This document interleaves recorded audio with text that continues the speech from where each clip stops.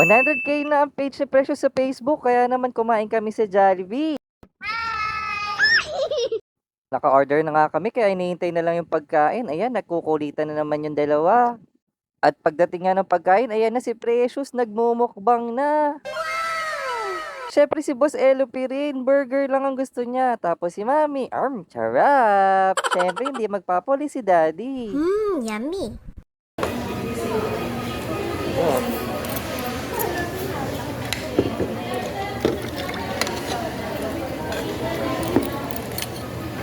Sarap. Baka Jollibee yun. Hindi yan sponsored, guys. Baka naman Jollibee. Halata naman sa dalawa na nag-i-enjoy sila sa kinakain nila. Pero kumain kami para lang sana mag-celebrate ng konting achievement namin. Kasi nga, tuwan-tuwa kami. Nung pagkagising namin, nung nalaman namin na marami ng followers si Precious.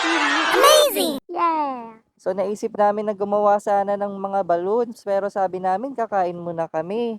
Okay. At ayan na, nag-iinggitan na naman sila sa ice cream. Patikim nga ako. Ayan na, magagawa na naman yan. Yummy. Pati nga yung spicy, tinikman niya. Ayan, angangan tuloy. It's so hot. A few moments later.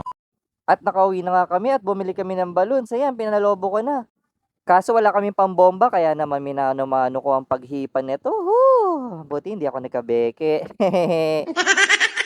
So guys, kung napapanood nyo to ngayon, mag-ready na kayo kasi lagi na kami mamimigay ng mga sorpresa. Lalo na sa mga mag-share at magpa-follow sa amin sa Facebook. Yay! Amazing! Tama nga ang narinig nyo para naman makatulong din kami dun sa mga lagi nanonood sa amin. Salamat po sa inyo. Thank you po. Kaya lagi lang panoorin ang mga video namin at basahin ang mga comments namin para malaman kung paano kami mamimigay ng sorpresa. Hehehe! Amazing!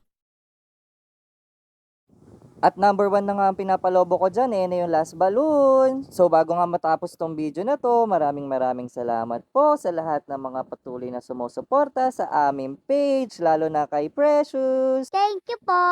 Kaya don't forget to like, share, and follow! A few moments later.